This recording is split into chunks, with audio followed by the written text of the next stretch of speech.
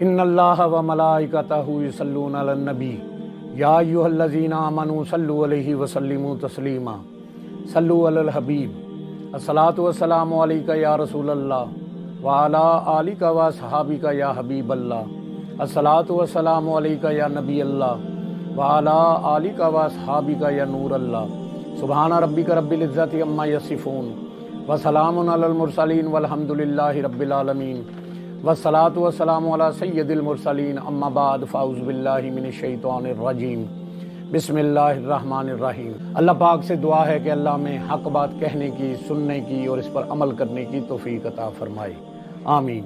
یزید بن معاویہ دنیا عالم میں سب سے بڑا خبیث اور ابلیس سے بدتر یزید بن معاویہ بن ابو سفیان بن حرب بن امیہ تھا۔ اس فتنہ یزید کی بنیاد سراسر دھوکہ دہی اور دجل پر تھی۔ یزید لعنتی کافر، منافق، فاسق، فاجر، شرابی، زانی اور قاتل اہل بیت اطہار تھا۔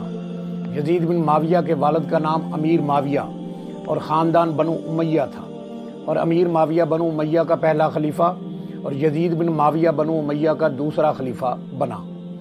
اس فتنہ یزید کا خروج یعنی ولادت دمشق میں 23 جولائی بمطابق 645 عیسوی کو حضرت عثمان بن عفان رضی اللہ تعالی عنہ کی خلافت میں ہوئی۔ اس لعین بدبخت کی ماں کا نام میسون بن بہدل، جس کا تعلق شام کے نصرانی یعنی عیسائی قبیلہ کلبیہ سے تھا۔ یہ خود بھی ایک عیسائی عورت تھی۔ کیا مطلب؟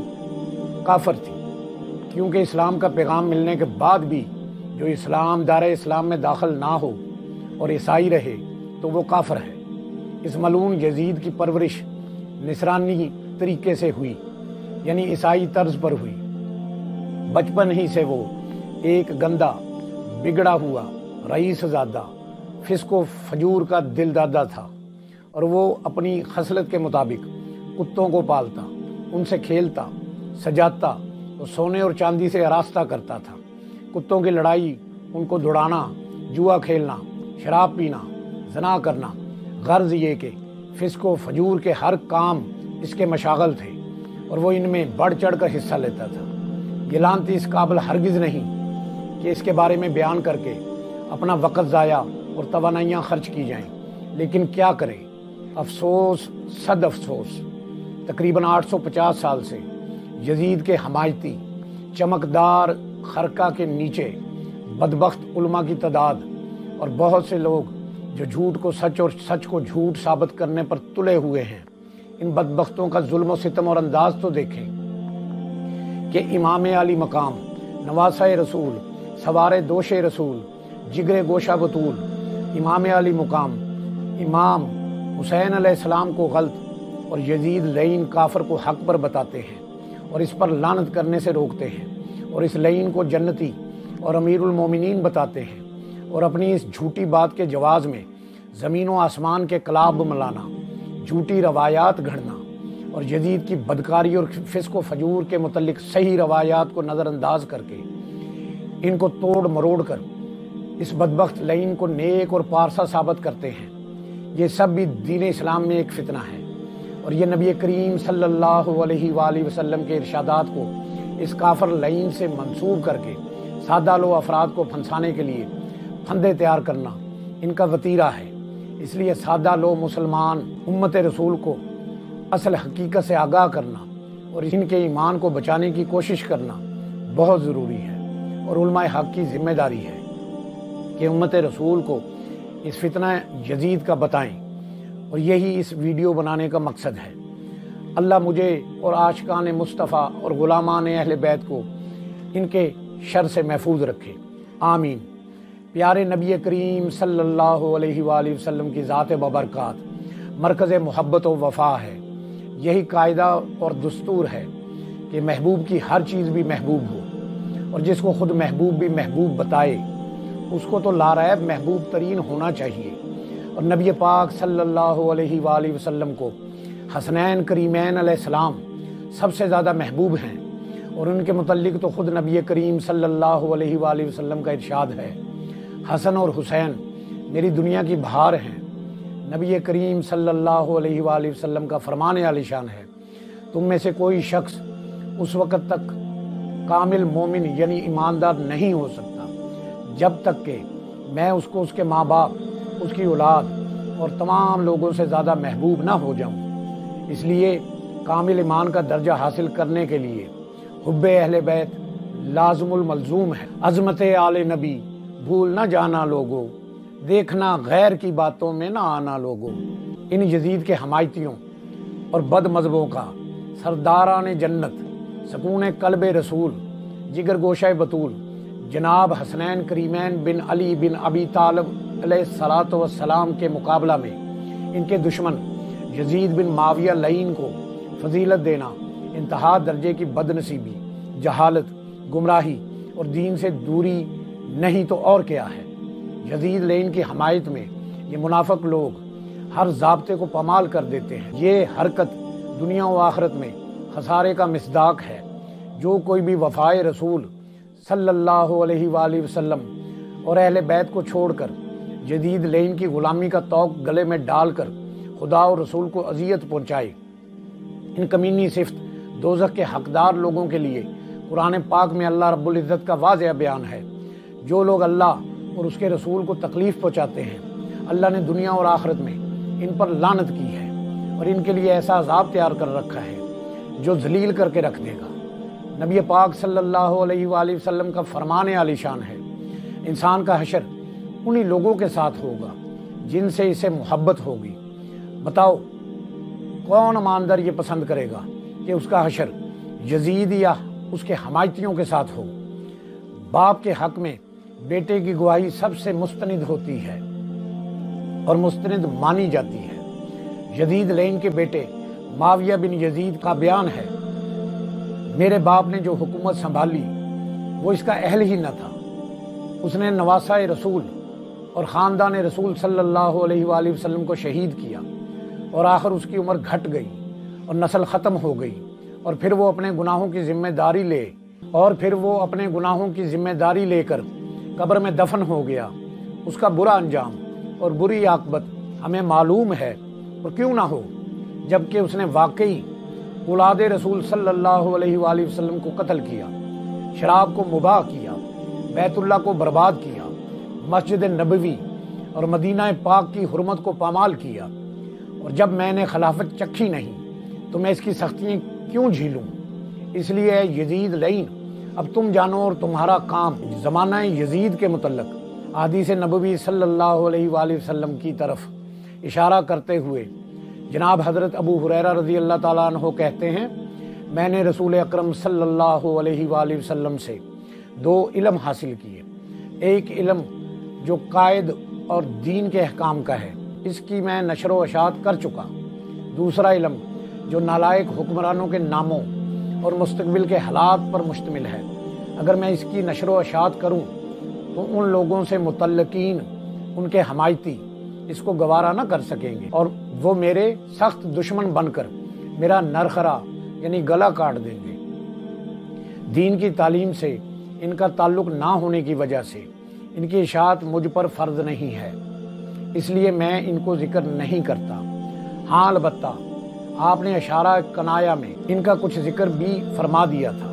مثلا امام حجر عسقلانی فتح باری میں لکھتے ہیں، جناب حضرت ابو ہریرہ فرمایا کرتے تھے کہ اے میرے اللہ، میں تجھ سے سن 60 ہجری اور تخت سلطنت پر 9 عمر لونڈوں کے حکمران بن کر بیٹھنے سے تیری پناہ مانگتا ہوں، اور سن 60 ہجری کا سورج طلوع ہونے سے پہلے مجھے دنیا سے اٹھا لینا۔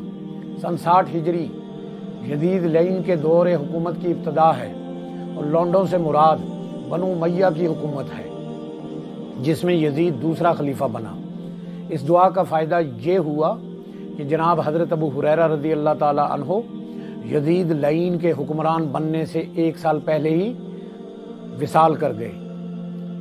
حضرت سعید بن عمرو کہتے ہیں، میں اور مروان حضرت ابو ہریرہ رضی اللہ تعالیٰ عنہ کے پاس مدینہ منورہ میں مسجد نبوی میں بیٹھے ہوئے تھے کہ حضرت ابو ہریرہ رضی اللہ تعالیٰ عنہ نے بتایا کہ میں نے نبی پاک صلی اللہ علیہ وآلہ وسلم کو یہ ارشاد فرماتے ہوئے سنا کہ میری امت کی خاص بربادی اور تباہی اور فساد قریش کے چند لونڈوں کے ہاتھوں ہوگی، اس پر مروان کی زبان سے نکلا، خدا کی ان پر لعنت ہو، کہ آپ صلی اللہ علیہ وآلہ وسلم نے صرف لونڈے بتایا ہے؟ حضرت ابو ہریرہ رضی اللہ تعالیٰ عنہ نے مزید کہا، اگر میں بتانا چاہوں کہ فلاں فلاں کے لڑکے ہوں گے تو میں یہ بھی بتا سکتا ہوں۔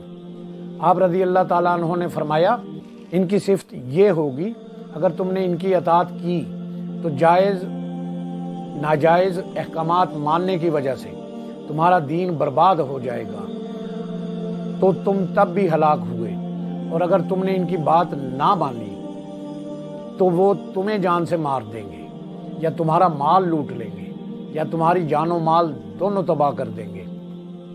سن 56 ہجری میں امیر معاویہ نے اپنے بیٹے یزید بن معاویہ لعین کو اپنے بعد خلیفہ نامزد کیا، اور لوگوں کو اپنے بعد یزید کی بیعت کا کہا، اور اس خبیث کو اپنا ولی عہد مقرر کیا۔ مغیرہ بن شاہ کو حکم دیا کہ جا کر یزید کی بیعت کے لیے کام کرے۔ معاویہ نے ایک تحریر لکھوائی جس میں ان کی موت کی صورت میں یزید کے ولی عہد اور جانشینی کا ذکر پڑھ کر سنایا گیا۔ ابن سعد نے اپنے طبقات میں نقل کیا ہے کہ امیر معاویہ نے حضرت امام حسین بن علی، حضرت عبداللہ بن عمر، حضرت عبد الرحمن بن ابو بکر اور حضرت عبداللہ بن زبیر سے کہا کہ میں ایک بات کرنے والا ہوں، تم اس کی تردید اور انکار نہ کرنا، اور سخت ڈرایا دھمکایا۔ جب امیر معاویہ نے اپنے بیٹے یزید لعین کے لیے بیعت لینے کا ارادہ کیا تو اس نے بیعت کے اس مطالبے کو مدینہ منورہ بھی بھیجا، لیکن اس موقع پر حضرت عبداللہ بن عمر، حضرت عبداللہ بن زبیر اور حضرت عبد الرحمن بن ابی بکر مدینہ سے مکہ روانہ ہو گئے۔ جب سن 60 ہجری شروع ہوا تو امیر معاویہ نے عبید اللہ بن زیاد کے ہمراہ آنے والوں سے اپنے بیٹے یزید کے لیے باقاعدہ بیعت لی، اور اپنی منزل وفات میں یزید کو اپنا ولی عہد مقرر کیا، اور خود یزید کو یہ نصیحت کی کہ میرے بیٹے، میں نے تمہارے لیے تمام امور درست کر دیے ہیں، بس اب مجھے تمہاری حکومت کے بارے میں 4 آدمیوں کے علاوہ کسی سے خدشہ نہیں۔ وہ 4 آدمی ہیں: حسین بن علی، عبداللہ بن عمر، عبداللہ بن زبیر، عبد الرحمن بن ابی بکر۔ معاویہ کے بعد 680 عیسوی سے 683 عیسوی تک، یعنی بمطابق 60 ہجری سے 63 ہجری، یزید لعین نے 35 سال کی عمر میں 3 سال 6 ماہ عرصہ کے لیے مسند خلافت یعنی حکومت سنبھالی۔ اس خبیث نے اپنے سیاہ ترین دور حکومت میں دین اسلام کو نقصان اور زمین پر فساد پھیلایا، اور ظلم و ستم کی وہ داستانیں رقم کی کہ جہان میں اس کی مثال نہیں ملتی۔ یزیدی دور کے کارنامے: عہد یزید میں فتوحات: عقبہ بن نافع کے ہاتھوں مغربی اقصی، مسلم بن زیاد نے بخارا اور خوارزم فتح کیا، اور خود یزید نے دمشق میں پہلے سے موجود ایک چھوٹی سی نہر کی کچھ توسیع کر کے اپنے نام سے اسے نہر یزید منسوب کر دیا۔ یزید کی بدکاریاں: ظالم گورنروں کا تقرر، یزید دھونس اور دباؤ اور جبر و زور سے امت مسلمہ پر مسلط تھا۔ مفسد اور شریر لوگ مثلا عبید اللہ بن زیاد، عمرو بن سعید، مسلم بن مرکبہ اور حسین بن نبیر اس کے نزدیک معزز اور محترم تھے، اور ان کو اعلیٰ عہدے دیے۔ جو اللہ اور رسول کے نزدیک ذلیل تھے اس نے ان کو عزت دی۔ یہ لوگ ایسے تھے کہ جن کو صحابہ اکرام رضوان اللہ تعالیٰ علیہم اجمعین تک کا کچھ لحاظ نہ تھا۔ ان کا مذاق بنانا، ان کی بات کو ڈٹھائی سے رد کرنا ان کے لیے آسان تھا۔ ظاہر ہے کہ یزید نے ایسے گورنروں کا انتخاب کیا تو خود اس کے بھی اندر ظلم و ستم اور تکبر کتنا ہوگا، تبھی تو اس نے ایسوں کو منتخب کیا، اور ان گورنروں نے آگے ایسے لوگ کمانڈر بنائے جو سخت مزاج اور سخت گیر لوگ تھے، اور ان کو اس کا کچھ لحاظ نہ تھا کہ وہ مدینہ منورہ کی حرمت پامال کر رہے ہیں یا مکہ مکرمہ یہ بیت اللہ کا احترام تار تار کر رہے ہیں، یا رسول اللہ صلی اللہ علیہ وآلہ وسلم کے نواسے اور ان کے ساتھ قافلہ میں شریک بچوں، عورتوں اور نہتوں کو بلا وجہ ظلم و ستم سے قتل کر رہے ہیں، نواسہ رسول کے سر انور کی توہین کر رہے ہیں، جو اللہ کے نزدیک عزت والے تھے۔ مسلم بن عقبہ جو کہ یزید کا مقرر کردہ کمانڈر تھا، جنگ ہیرا کے بعد اس نے ان لوگوں سے زبردستی یزید کے لیے شرط پر بیعت کرائی کہ وہ یزید کے غلام ہیں، وہ چاہے ان کو فروخت کرے، چاہے ان کو آزاد کرے، اور ان کے اموال کے بارے میں یزید جو چاہے فیصلہ کرے۔ مدینہ منورہ میں سینکڑوں صحابہ اکرام کو شہید کرایا، جنگ میں بھی اور بعد میں گرفتار کر کے، اور غارت گری میں بھی۔ یہ سب کچھ یزید کے کہنے پر ہوا۔ مکہ مکرمہ پر حملہ، خانہ کعبہ پر گولہ باری، سب یزید ہی کے حکم سے ہوئی۔ ایسے ظالم لوگوں کو گورنر بنانا، ان کے انتہائی ظلم و ستم اور فسق و فجور اور حرمین پاک کی حرمتوں کو پامال کرنے پر دل و جان سے راضی رہنا، بلکہ خود اس کی تلقین کرنا، کیا اس کے بعد بھی یزید کے فاسق فاجر اور کافر ہونے میں کوئی شبہ رہ جاتا ہے؟ کیا یہ ایسی وعید کا مستحق نہیں جو آقا صلی اللہ علیہ وآلہ وسلم نے اس کو دی؟ یزید نے ظالم گورنروں کو مقرر کیا۔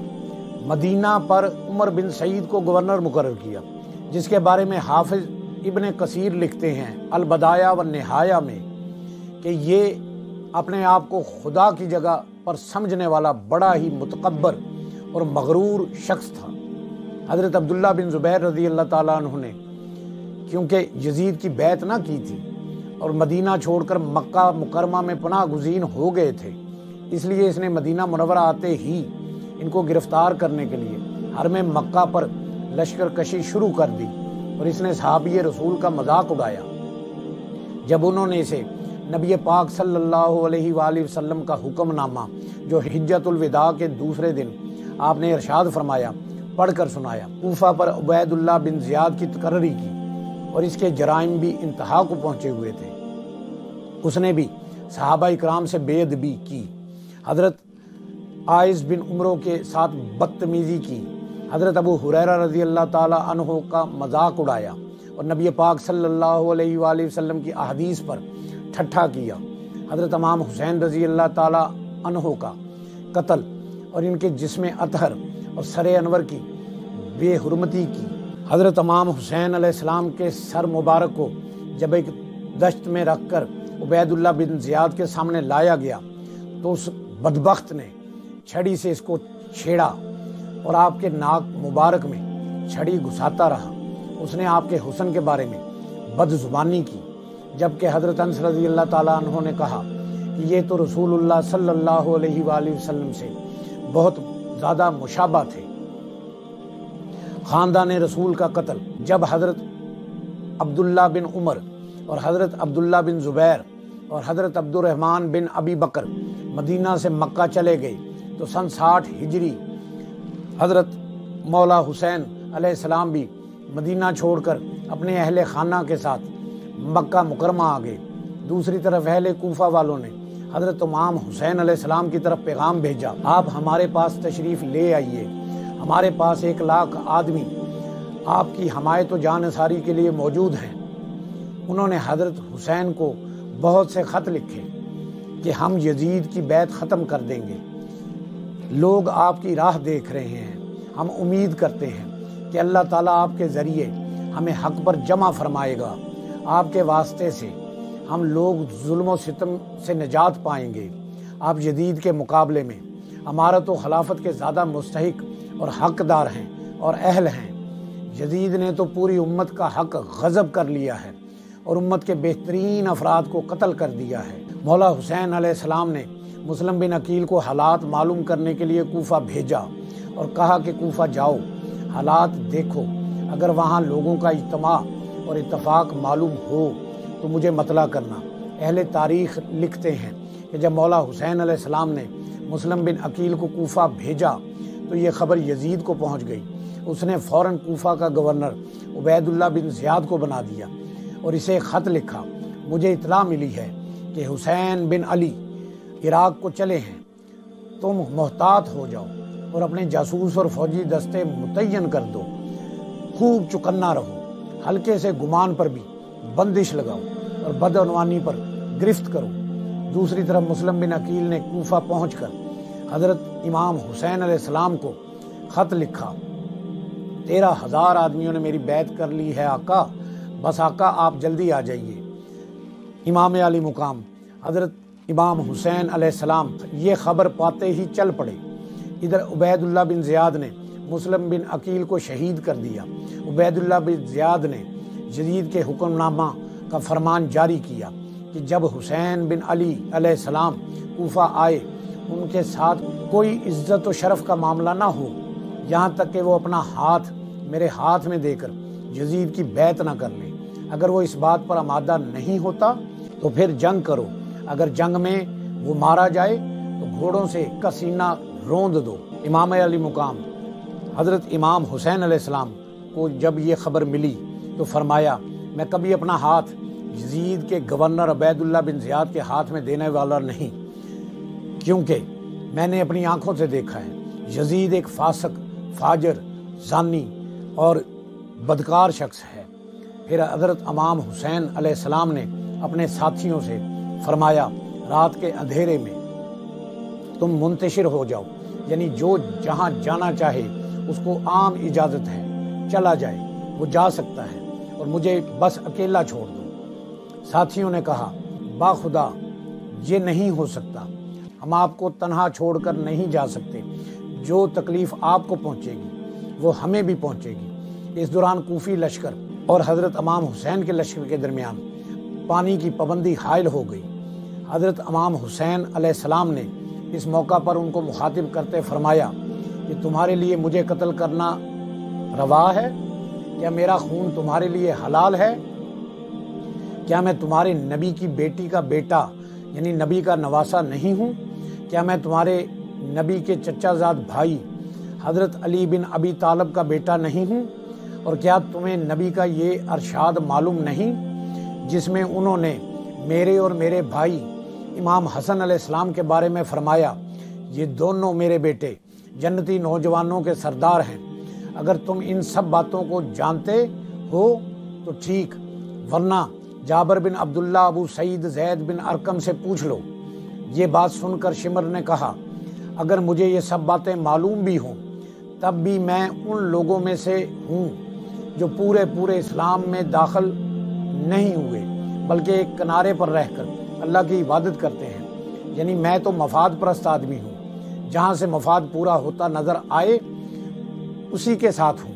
اس کے بعد یکے بعد دیگرے امام علی مقام حضرت امام حسین علیہ السلام کے اہل خانہ اور ساتھی شہید ہوتے گئے، یہاں تک کہ مردوں میں سے صرف آپ علیہ السلام اکیلے ہی بچ گئے، اور آپ مسلسل لڑتے رہے، یہاں تک کہ ذرا بن شریک نے آپ کے کندھے پر وار کیا اور ایک دوسرے آدمی نے دوسرے کندھے پر وار کیا۔ سنان بن انس نے آپ پر حملہ کیا اور آپ کے حلق مبارک سے نیچے ہنسلی کی ہڈی پر نیزہ مارا، پھر دوسرا نیزہ آپ کے سینے پر مارا، جس سے آپ سواری سے گر کر زمین پر تشریف لے آئی، اور بدبخت بھی نیچے اترا اور آپ کو ذبح کیا۔ آپ کا سر مبارک خولید بن ولید لعین نے جدا کیا۔ حضرت امام حسین رضی اللہ تعالیٰ عنہ کے جسم اطہر پر 33 گہرے زخم تھے، اور آپ کے کپڑوں پر 110 کے قریب تیروں کی وجہ سے سوراخ تھے۔ اس کے بعد ان بدبختوں نے آپ کے کپڑے اور مال و متاع لوٹا۔ آپ کی تلوار کلافس نحشی نے لی، آپ کے کپڑے بحر بن قاب نے اتارے، اور ظالم نے آپ کو بے لباس کر دیا۔ آپ کی چادر پر قیس بن اشت نے قبضہ کیا۔ آپ کا ماما آپ کی صاحبزادی فاطمہ بنت حسین کی اوڑھنی جابر بن یزید نے اتاری، اور ایک دوسرے بدبخت نے ان کا زیور لیا۔ اس کے بعد عمر نے یہ اعلان کیا کہ جو حسین کا سر لائے گا اسے 1000 درہم انعام ملے گا۔ پھر اس نے کہا، حسین کے جسم کو اپنے گھوڑوں کی سموں سے کون روندے گا؟ جس سے سن کر بہت سارے بدبخت دوزخ کے حقدار گھوڑے لے کر دوڑ پڑے اور آپ کی کمر مبارک کو کچل ڈالا۔ مصطفیٰ کریم صلی اللہ علیہ وآلہ وسلم کے گود کے پالے ہوئے تنے نازنین اور ان کی اولاد اور رفقا پر بعد از شہادت گھوڑے دوڑائے گئے، یہاں تک کہ امام علی مقام مولا حسین علیہ السلام کے مبارک جسم اطہر کی ہڈیاں چور چور ہو گئیں اور سر انور امام علی مقام جو کہ بوسہ گائے نبی پاک صلی اللہ علیہ وآلہ وسلم تھی کاٹ کر نیزہ پر چڑھایا، منزلوں پھرایا اور حرم محترم کی پاک دامن شہزادیوں کو قید کر کے بے حرمتی کے ساتھ یزید لعین خبیث کے دربار میں لایا گیا۔ اور اس سے بڑھ کر قطع رحمی اور زمین میں فساد اور کیا ہوگا۔ عمر نے آپ کا سر مبارک اور باقی شہداء کے سر عبید اللہ بن زیاد کے پاس بھیجے اور عورتوں اور بچوں کو اپنے ساتھ لیا۔ جب یہ لوگ شہداء کے پاس سے گزرے تو حضرت امام علی مقام امام حسین علیہ السلام کی ہمشیرہ سیدہ زینب بنت علی رضی اللہ تعالی عنہا کے منہ سے بے اختیار یہ الفاظ نکلے، ہائے نانا جان، آ کے دیکھو تو صحیح کیا قیامت بیت گئی۔ یہ آپ کا حسین خون سے لت پت بے گور و کفن پڑا ہے، جسم بوٹی بوٹی ہو چکا ہے۔ یا محمدہ، آپ کی بیٹیاں قیدی بن چکی ہیں، آپ کی ذریت اور آپ کی آل و اولاد مقتول پڑی ہے اور ہوا ان پر خاک اڑا اڑا کر ریت و مٹی کے کفن دے رہی ہے۔ سیدہ زینب کے یہ الفاظ سن کر اپنے پرائے سب رو پڑے۔ عبداللہ بن زیاد نے حکم دیا کہ حضرت حسین علیہ السلام کے سر کو پہلے کوفہ میں گھمایا جائے، پھر اس کو سولی دی جائے۔ سولی کی لکڑی پر سب سے پہلے چڑھنے والا سر انور حضرت امام حسین علیہ السلام کا ہے۔ مشہور تابعی حضرت ابن سیری حضرت انس بن مالک رحمۃ اللہ علیہ سے روایت کرتے ہیں کہ جب امام علی مقام حضرت امام حسین علیہ السلام کا سر عبید اللہ بن زیاد کے پاس لایا گیا، ابن زیاد اپنے ہاتھ میں ایک چھڑی لیے آپ کے دانت مبارک کو کورید رہا تھا اور یہ کہہ رہا تھا، کھڑے تو اچھے تھے اس کے۔ حضرت زینب رضی اللہ تعالی عنہ کا مکالمہ جب حضرت امام علی مقام حضرت امام حسین علیہ السلام کا سر اور آپ کے بچے، عورتیں، بہنیں ابن زیاد کے پاس آئیں تو اس وقت حضرت زینب سلام اللہ علیہ کے جسم پر معمولی اور میلے قسم کے کپڑے تھے، جس کی وجہ سے وہ پہچانی نہیں جا رہی تھی اور عورتیں ان کے پاس جمع تھیں۔ ابن زیاد نے پوچھا، یہ عورت کون ہے؟ اس نے 3 دفعہ اپنی بات کو دہرایا۔ جناب حضرت زینب علیہ السلام نے بالکل جواب نہ دیا۔ اتنے میں کسی عورت نے کہا، یہ حضرت علی کرم اللہ وجہ الکریم کی بیٹی زینب علیہ السلام ہیں۔ یہ سن کر ابن زیاد نے کہا، شکر ہے اس اللہ کا جس نے تمہیں رسوائی دی، تمہیں قتل کیا اور تمہاری باتوں کو جھوٹا ثابت کیا۔ حضرت زینب رضی اللہ تعالی عنہ نے یہ سن کر فرمایا، شکر ہے اللہ کا جس نے ہمیں حضرت محمد مصطفیٰ کریم صلی اللہ علیہ وآلہ وسلم کے ذریعے عزت بخشی، ہمیں اعمال و اخلاق کی پاکیزگی عطا فرمائی۔ تو غلط کہتا ہے، رسوا تو وہ ہوتا ہے جو فاسق اور خدا کا نافرمان ہو اور جھوٹا ہو۔ جھوٹا وہ ہوتا ہے جو خدا سے بغاوت کرے۔ پھر ابن زیاد نے کہا، اپنے گھر والوں کے ساتھ خدا کی کرنی کیسی لگی؟ حضرت بی بی زینب سلام اللہ علیہ نے جواباً فرمایا، ان کے مقدر میں شہادت لکھی تھی، چنانچہ وہ اپنی اپنی منزل کو سدھار گئے۔ اب اللہ تمہیں اور ان کو اپنی عدالت میں جمع کرے گا، وہاں کے دربار میں تمہارا فیصلہ ہوگا۔ حضرت حسن بصری رحمۃ اللہ علیہ کے پاس جب شہادت حسین کی خبر پہنچی تو وہ اتنا روئے کہ آپ کے شانے پھڑکنے لگے۔ آپ نے فرمایا، امت کی پستی کا بھی کیا ٹھکانہ ہے جس کے ابن دئی نے ابن نبی کو قتل کر دیا، یعنی مجہول النسب زادے نے نبی زادے کو قتل کر دیا، اور انہوں نے ایسے بچوں کو قتل کیا ہے کہ اگر رسول اللہ صلی اللہ علیہ وآلہ وسلم سفر سے آتے تھے تو سب سے پہلے ان کو اپنے سینے اور گلے سے لگاتے تھے۔ جب یہ سر یزید کے دربار میں پہنچے تو اس نے مجلس قائم کی اور شام کے بڑے بڑے معزز اور معتبر لوگوں کو بلایا اور انہیں اپنے پاس بٹھایا۔ پھر حضرت امام علی مقام حضرت امام حسین علیہ السلام کے سر کو اپنے سامنے رکھا اور چھڑی سے ان کے منہ پر چوکے لگانے لگا اور ساتھ ہی یہ شعر پڑھنے لگا، ہم اپنے مقابلے پہ آنے والے لوگوں کی کھوپڑیوں کو پھاڑ دیتے ہیں، ورنہ یہ کہ وہ نافرمان اور اپنے آپ پر ظلم کرنے والے ہوتے ہیں۔ امام علی مقام حضرت امام حسین علیہ السلام کے اہل خانہ دربار یزید میں حضرت زین العابدین اور آپ کے ساتھ موجودہ عورتیں اور بچے بچیاں ان کو بلایا، اور یہ لوگ قیدیوں کی طرح رسیوں سے بندھے ہوئے دربار یزید میں آئے۔ جب یہ لوگ اس کے پاس آ گئے تو حضرت زین العابدین نے اسے کہا، یزید تمہارا کیا خیال ہے؟ اگر رسول اللہ صلی اللہ علیہ وآلہ وسلم ہمیں یوں رسیوں سے بندھے ہوئے دیکھ لیں تو آپ کے دل پر کیا گزرے گی؟ آپ کا دل پسیج نہ جائے گا؟ یزید نے جواب میں کہا، اے ابن علی، تمہارے باپ نے ہی اس رشتے کو ختم کیا ہے، میری حکومت میں دخل اندازی کی ہے، چنانچہ اللہ نے اس کے ساتھ وہ کچھ کیا جو تمہارے سامنے ہے۔ اس کے بعد یزید نے عورتوں اور بچوں کو طلب کیا، وہ سب اس کے سامنے لا کر بٹھائے گئے۔ یزید نے سیدنا امام حسین علیہ الصلوۃ والسلام کے اہل خانہ کو مدینہ منورہ روانہ کر دیا، اور امام علی مقام حضرت امام حسین علیہ السلام کے سر مبارک کو، سر انور کو عمرو بن سمیہ بن عاص کے پاس بھجوا دیا، جو کہ اس وقت مدینہ منورہ کا گورنر تھا، اور اس نے سر کو پکڑ کر اپنے سامنے رکھا اور آپ کے ناک مبارک کو ہاتھ سے پکڑ کر پھر اسے دفن کرنے کا حکم دے دیا۔ چنانچہ آپ کے سر مبارک کو کفن دیا گیا اور حضرت بی بی فاطمہ الزہرا سلام اللہ علیہ کی قبر انور کے قریب جنت البقیع میں دفن کر دیا گیا۔ سر مبارک کے بارے میں یہ روایات طبقات ابن سعد کی ہیں۔ بقیہ تمام روایات میں سے قابل اعتماد اور صحیح روایت طبقات ابن سعد کی ہے، کیونکہ اس کے راوی قابل اعتماد ہیں۔ کیا یہ سب باتیں یزید کے لعین ہونے کے لیے یہ رسوائی اور ڈھٹائی کافی نہیں کہ اس نے حضرت امام حسین رضی اللہ تعالیٰ عنہ کے دندان مبارک پر چھڑی ماری، پھر اس سر مبارک کو اپنی غرض فاسد اور بدنیتی کے پیش نظر مدینہ منورہ روانہ کیا، تاکہ اتنا طویل عرصہ اور سفر گزرنے کے بعد اس میں طبعی تغیر اور تبدیلی آ جائے۔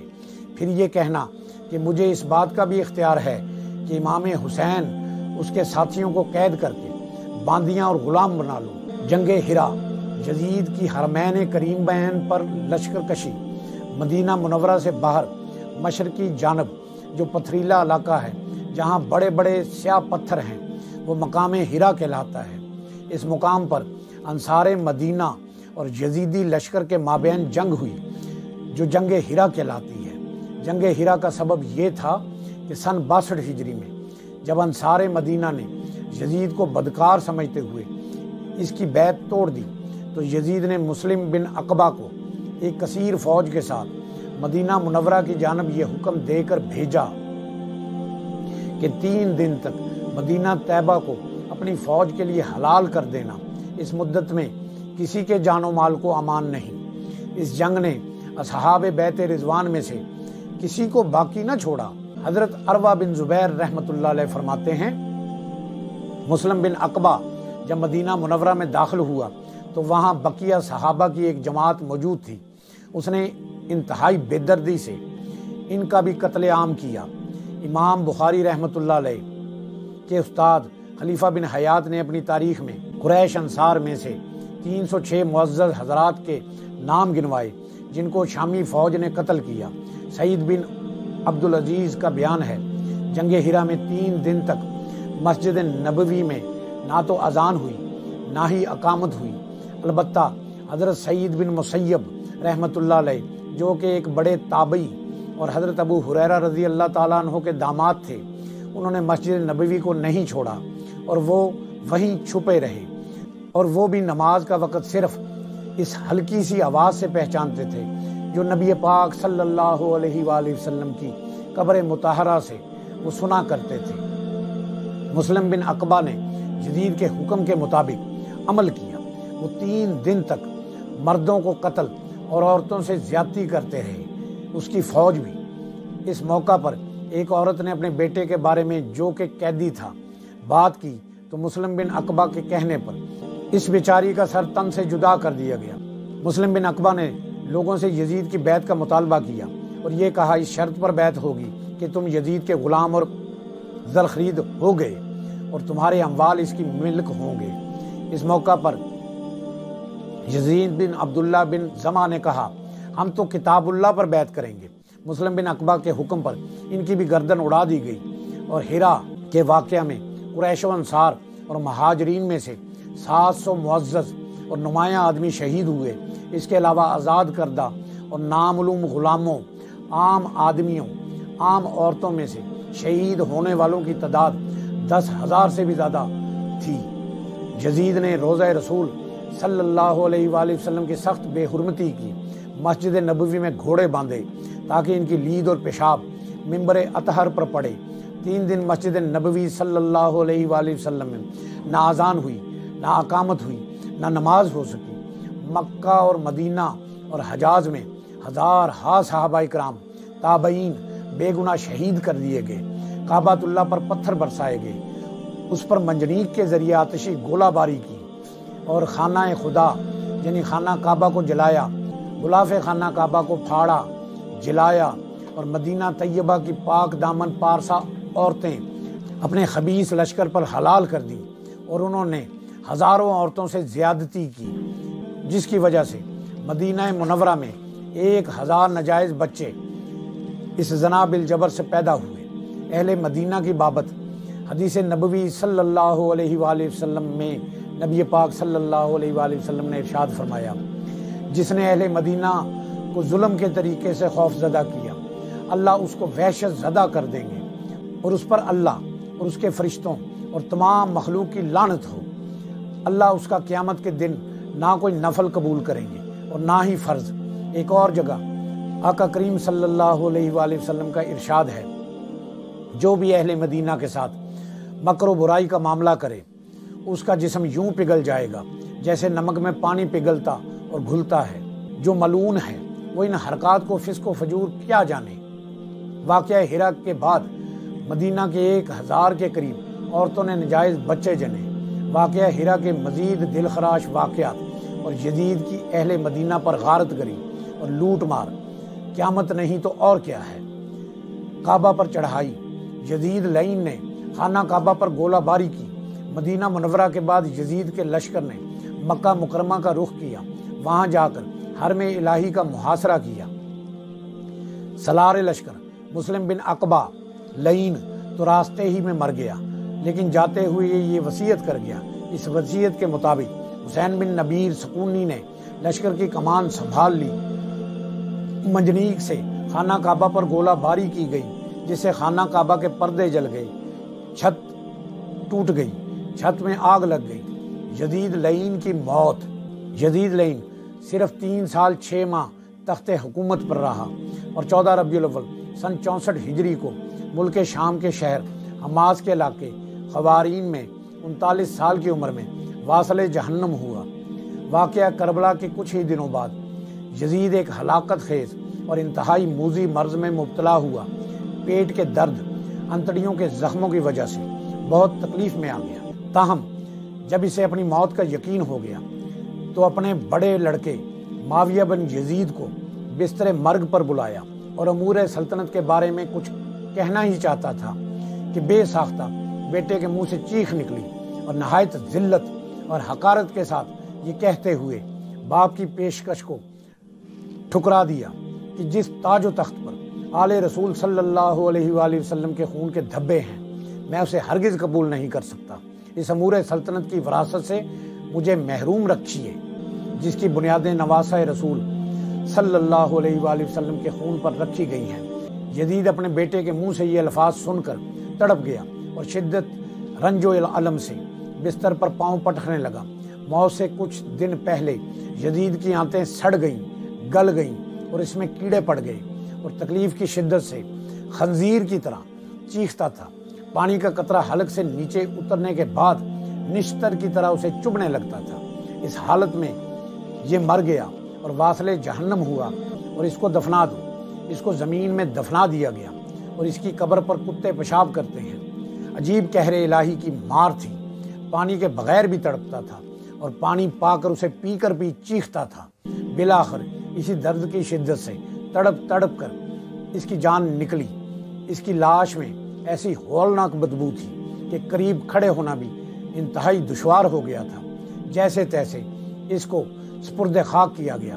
یزید کی موت کی باقی روایات ضعیف ہیں، جس کا تذکرہ کرنا مناسب نہیں ہے۔ سلفی مکتبہ فکر یعنی اہل حدیث ایک حدیث کوڈ کرتے ہیں، صحیح بخاری کی حدیث۔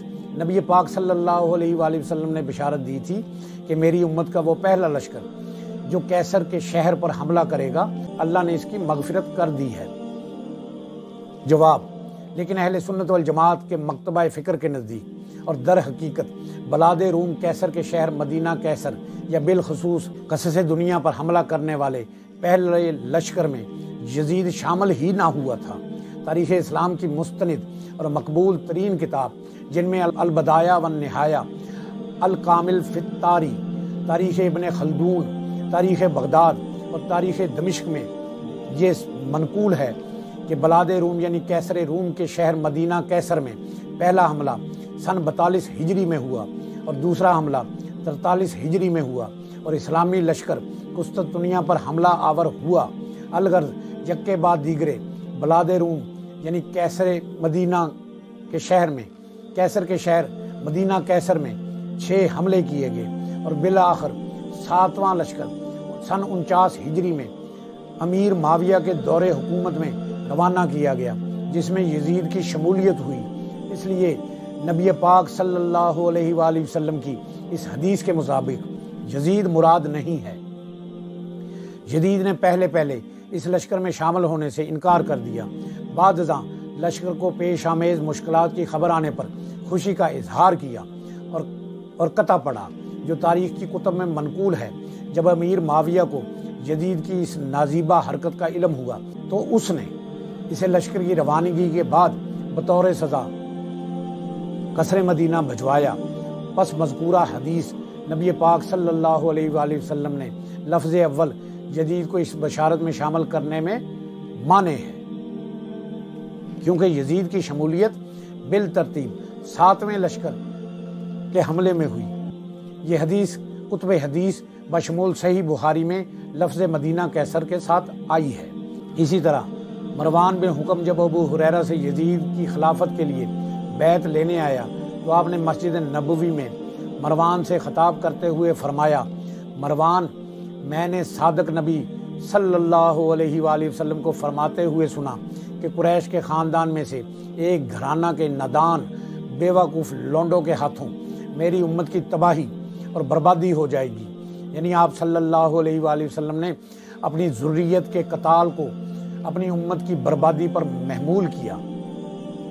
یزید نے خانہ خدا کی چھت کو جلایا، مقدس مقامات کی بے حرمتی کی، ہزارہا افراد کو شہید کیا، جن میں بہت سے صحابہ اکرام بھی شامل ہیں۔ اس کے علاوہ گناہ کبیرہ کے ارتکاب کا مرتکب تھا، شراب نوشی، ترک نماز وغیرہ، جسے امام ابن کثیر البدایہ والنہایہ میں نقل کرتے ہیں کہ عمر بن عبدالعزیز نے ایک شخص کو یزید کو امیر المومنین کہنے سے سختی سے منع کیا، اور آپ نے اس شخص کو 20 کوڑوں کی سزا دی کہ اس نے یزید کو امیر المومنین کیوں کہا ہے۔ یزید پر لعنت کرنے کا بیان اور اس کا جواز۔ اور یزید نے یہ تصویر رسول صلی اللہ علیہ وآلہ وسلم کے سر انور کی بے حد بے حرمتی کی۔ اہل سنت والجماعت کے نزدیک یزید پلید، ایک فاسق، فاجر، مرتکب کبائر تھا۔ اس نے نواسہ رسول، جگر گوشہ بطول، امام عالی مقام حضرت امام حسین علیہ السلام اور ان کے رفقا کو کربلا میں شہید کیا، اور مکہ مکرمہ اور مدینہ منورہ اور مسجد نبوی کے تقدس کو پامال کیا۔ یزید پر لعنت حب رسول، حب اہل بیت اور ایمان کو بڑھاتی ہے۔ امام احمد بن حنبل نے فرمایا، حدیث نبوی کی روشنی میں اللہ تعالیٰ نے کن کن لوگوں پر لعنت فرمائی ہے: عورتوں کی مشابہت اختیار کرنے والوں پر، مردوں اور مردوں کی مشابہت اختیار کرنے والی عورتوں پر لعنت، سود کھانے والے اور سود کھلانے والوں پر لعنت، اور شراب جو کہ خود 10 لعنتوں کا موجب اور مستحق ہے، خود شراب پر لعنت، اس کے پینے والے پر لعنت، اس کے پلانے والے پر لعنت، اس کی فروخت کرنے والے پر لعنت، اس کے خریدنے والے پر لعنت، اس کے نچوڑنے والے پر لعنت، اس کے نچڑوانے والے پر لعنت، اس کے اٹھانے والے پر لعنت، جس کی طرف اٹھا کر لے جائی گئی اس پر بھی لعنت، اس کی کمائی کھانے والے پر لعنت، اللہ کی، اس کے رسول کی اور اس کے فرشتوں کی لعنت، اور پھر فرمایا ان لوگوں کے یہ عملی کرتوت تو یزید کے کرتوتوں کے عشر اشیر بھی نہ تھے جن پر اللہ، رسول اور فرشتوں نے لعنت پہنچائی، اور مدینے میں سارا اسی کا تو کیا کرایا تھا۔ اس میں آپ کا اشارہ ہرا کی طرف تھا۔ سرتاج الاولیاء، مرکز الاولیاء حضرت عثمان المعروف داتا علی حجویری کا فرمان، لعنت ہو یزید پر، جس کے حکم پر یزیدیوں نے امام عالی مقام حضرت امام حسین علیہ السلام کو، ان کے فرزندوں عزیز و اقارب کو میدان کربلا میں شہید کر دیا، اور امام زین العابدین شہزادیوں کو بے کجاوا اونٹوں پر سوار کر کے دمشق میں یزید بن معاویہ لعین کے سامنے لائے۔ امام جلال الدین سیوطی یہ وہ بزرگ ہیں جنہوں نے 72 دفعہ بیداری کی حالت میں ماتھے کی آنکھوں سے نبی پاک صلی اللہ علیہ وآلہ وسلم کا دیدار کیا۔ آپ فرماتے ہیں اللہ تعالیٰ امام علی مقام امام حسین علیہ السلام کے قاتل اور ابن زیاد اور یزید لعین پر لعنت کرے۔ اعلیٰ حضرت امام عشق و محبت امام احمد رضا بھی پلید یزید کو کافر جانتے ہیں اور کہتے ہیں اس کی ہرگز بخشش نہ ہوگی۔ آپ کا قول ہے کہ یزید کافر ہے، اگر کوئی اسے کافر کہے تو اسے منع نہ کرو، یہ آپ کی مرضی ہے، آپ اسے کافر سمجھیں یا نہ سمجھیں۔ مولانا امجد علی لکھتے ہیں یزید فاسق، فاجر، مرتکب کبائر تھا، اس کی رسول اللہ صلی اللہ علیہ وسلم کے پیارے نواسے سیدنا امام علی مقام حضرت امام حسین علیہ السلام سے کیا نسبت؟ آج کل جو بعض گمراہ کہتے ہیں کہ ہمیں ان کے معاملے میں کیا دخل، ہمارے وہ بھی شہزادے اور یہ بھی شہزادے، یہ بکواس اور یہ سب بکنے والے مردود، خارجی، ناسبی، مستحق جہنم ہیں۔ یہاں یزید کو کافر کہنے اور اس پر لعنت کرنے میں علماء حق کے 3 قول ہیں، لیکن اس کے فاسق فاجر ہونے میں کسی کو اختلاف نہیں، لیکن جو اس کو کافر کہے اس کو منع نہ کرے، اس کو کہنے دے۔ اگر آپ کا جذبہ ایمان حب اہل بیت اجازت دے تو آپ بھی ڈٹائی کے ساتھ یزید لعین کو کافر کہہ سکتے ہیں۔ خواجہ خواجگان حضرت خواجہ معین الدین چشتی اجمیری امام علی مقام حضرت امام حسین علیہ السلام کو حق اور یزید کو باطل اور 2 قوتیں قرار دیتے ہوئے فرماتے ہیں شاہ است حسین، بادشاہ است حسین، دین است حسین، دین پناہ است حسین، سرداد نداد دست در دست یزید، حقا کے بنا لا الہ است حسین۔ حضرت ابو ہریرہ سے روایت ہے کہ نبی پاک صلی اللہ علیہ وسلم نے فرمایا علی اور حسن اور حسین اور فاطمہ کی طرف دیکھ کر مسکرا کر فرمایا کہ جو تم سے جنگ کرے ان سے میری جنگ ہے، اور جو تم سے صلح کرے ان سے میری صلح ہے۔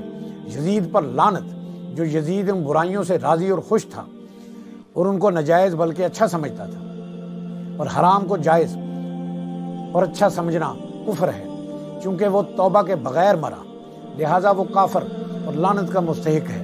میرے نزدیک لعنت کرنے سے عشق رسول، حب اہل بیت کو تقویت ملتی ہے۔ حضرت عبداللہ بن عمر نقل کرتے ہیں رسول اللہ صلی اللہ علیہ وآلہ وسلم نے فرمایا کہ حضرت ام المومنین حضرت عائشہ صدیقہ رضی اللہ تعالیٰ عنہ اور حضرت عبداللہ بن عمر رضی اللہ تعالیٰ عنہ نقل کرتے ہیں کہ نبی پاک صلی اللہ علیہ وآلہ وسلم نے ارشاد فرمایا 6 اشخاص ہیں جن پر میں نے لعنت کی اور اللہ تعالیٰ نے بھی ان پر لعنت کی۔ نمبر 1 کتاب اللہ میں زیادتی کرنے والا، نمبر 2 تقدیر الہی کو جھٹلانے والا، نمبر 3 جبر و زور سے تسلط حاصل کر کے جس کو اللہ تعالیٰ نے ذلیل کیا اس کو اعزاز بخشنے والا، اور جسے اللہ تعالیٰ نے عزت دی اسے ذلیل کرنے والا، نمبر 4 حرم الہی کی حرمت کو حلال سمجھنے یعنی پامال کرنے والا، نمبر 5 میری اولاد کی حرمت پامال کرنے والا، نمبر 6 میری سنت اور میرے طریقوں کو چھوڑنے والا۔ اس طرح قرآن پاک میں ہے، اور جو کوئی قتل کرے مسلمان کو جان بوجھ کر اس کی سزا جہنم ہے، پڑا رہے گا اس میں، اور اللہ کا اس پر غضب ہو، اور اس کو لعنت کی اور اس کے واسطے تیار کیا بڑا عذاب۔ اور یزید میں یہ سب باتیں یقیناً پائی جاتی تھی۔ یزید کو نیک اور صالح سمجھنا، اس کو امیر المومنین کہنا، اس سے بڑھ کر اس کو خلیفہ راشد سمجھنا، یہ سب غلط گمراہی کی باتیں اور جہالت پر مبنی ہیں، اور اہل سنت والجماعت کے مسلک کے بالکل خلاف ہیں۔ کچھ یزید کے حمایتی اپنے مقاصد کے لیے ایسی حدیثوں سے بھی استدلال کرنے سے نہیں جھجکتے جن کی سند میں کذاب اور اعلیٰ درجے کے جھوٹے راوی ہوتے ہیں۔ وجہ یہ ہے کہ سچے اور جھوٹے راوی کے درمیان امتیاز کرنے کی اہلیت سے آری ہے، یعنی ان کو اہلیت ہی نہیں۔ تمام حق پرستوں بشمول امام احمد بن حنبل نے یزید پر لعنت فرمائی ہے۔ اس پر لعنت کرنا اللہ اور اس کے رسول کی خوشنودی کا باعث ہے۔ اللہ رب العزت سے دعا ہے کہ وہ ہمارے گناہوں لغزشوں سے درگزر فرما کر اخلاص کی دولت عطا فرمائے اور خاتمہ بالخیر نصیب فرمائے، ہمیں یزید کے حمایتیوں کے شر سے محفوظ رکھے۔ اللہ سے دعا ہے کہ وہ ہمیں راہ حق پر چلنے کی، حق بات کہنے کی، سننے کی اور اس پر عمل کرنے کی توفیق عطا فرمائے۔ ہم سب کی جان آقا کریم صلی اللہ علیہ وآلہ وسلم کا فرمان عالی شان ہے، جو شخص میری امت میں نیکی پھیلائے اور اچھی بات پہنچائے اللہ اس سے پیار کرتا ہے اور جنت اس کا مقدر ہے۔ جس کسی نے بھی دعا کے واسطے یا رب کہا، کر دے پوری آرزو ہر بے کس و مجبور کی۔ یا الہی بحق محمد رسول، دعا مجھ گناہگار کی کر قبول۔ آمین بجاہ نبی الکریم الامین، وآخر دعواہم ان الحمدللہ رب العالمین۔